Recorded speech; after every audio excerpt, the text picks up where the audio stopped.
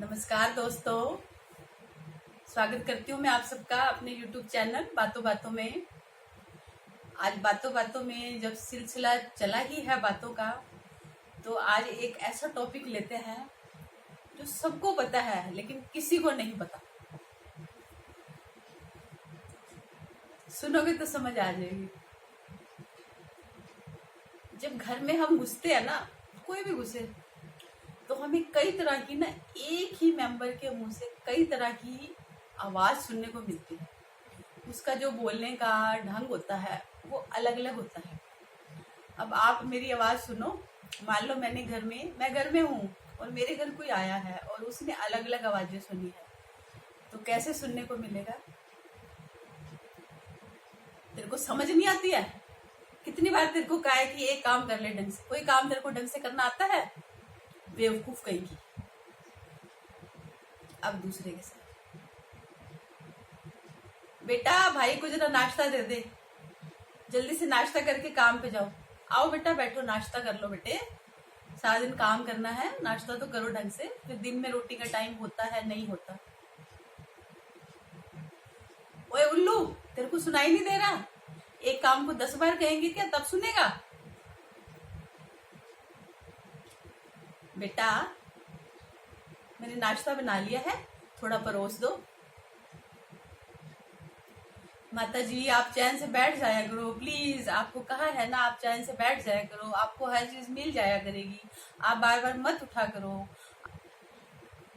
बेटी तेरे को कितनी बार कहा है डस्टिंग अच्छे से किया कर, तेरे को समझ नहीं आता? दादी का कमरा अच्छे से साफ करना होता है।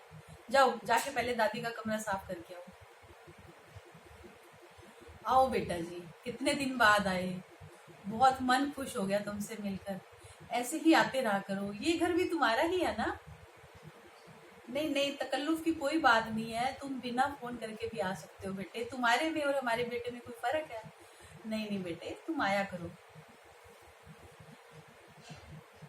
अब एक और सुनने को वाली, बेटा थोड़ा ढंग से काम किया करो बेटे। 2 घंटे का काम 2 घंटे में ही करना चाहिए बेटे, आप 3 घंटे लगाओगे तो गुजारा कैसे होगा? नहीं बेटे, आराम से काम करो, कोई जल्दी नहीं।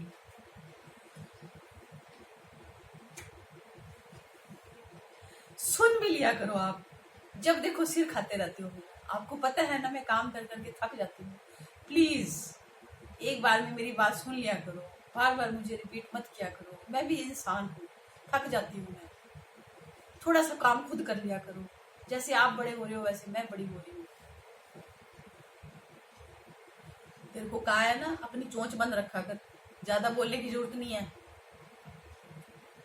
बेटे जाओ जरा चाय बना के लाओ, थोड़ी चीनी कम डाल देना। नहीं नहीं, कुछ बनाने के साथ में जरूरत नहीं, बस बिस्कुट ले आओ। कल घर में 6 गेस्ट आ रहे हैं, पता है ना क्या क्या बनाना है? अच्छे से 2-3 सब्जियां बना लेना, स्वीट डिश भी बना लेना, और अंदर से जो डिनर सेट है वो बढ़िया सा निकाल लेना।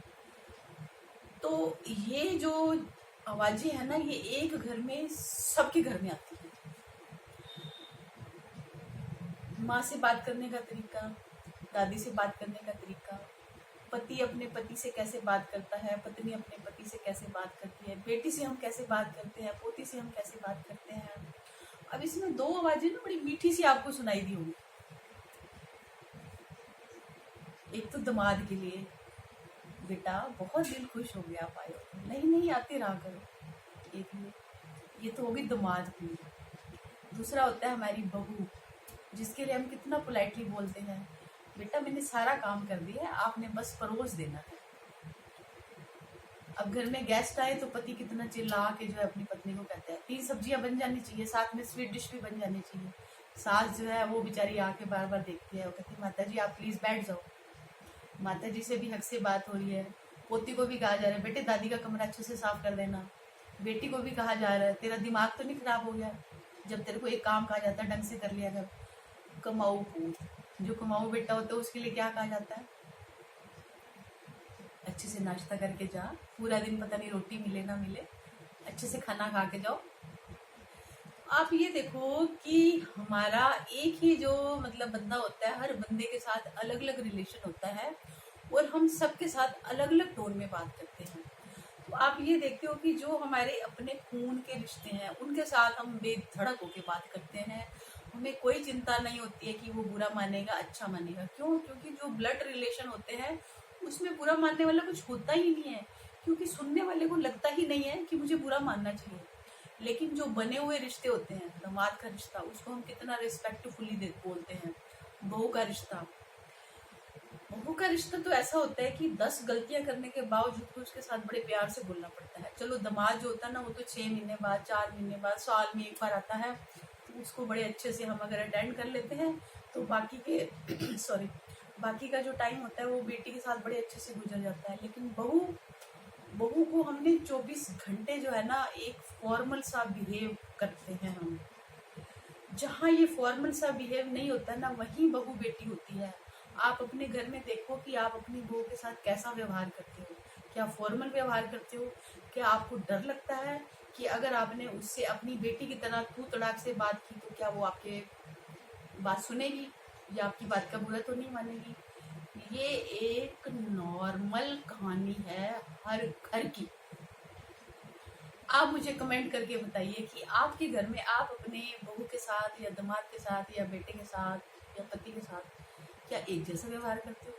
सबसे ज्यादा दोस्ताना जो रिलेशन होता है वो पति के साथ होता है, बेटे के साथ होता है, बेटे के साथ। हम बेटे को गधा भी कह सकते हैं, हम बेटे को बेटा जी भी कह सकते हैं, हम बेटे को बुद्धू भी कह सकते हैं, हम बेटे को 2 चांटे भी लगा सकते हैं, बेटी को हम डांट के भी कह सकते हैं। तो इससे काम होता है कि नहीं होता? लेकिन एक बहू को बेटा जी, बेटा जी, बेटा जी, बेटा जी, सारा दिन बेटा जी। और वो बेटा जी की मर्जी है, वो हमको मम्मी जी माने या ना माने, हमारी बात सुने या ना सुने। क्या करें? आप ही बताओ। प्लीज कमेंट और मेरी वीडियो को शुरू से लेकर एंड तक ध्यान से देखना। सोचो, सोचने का ये विषय है। सोचो और मुझे बताओ। मिलते हैं नेक्स्ट वीडियो में अच्छे से विषय के साथ। बाय।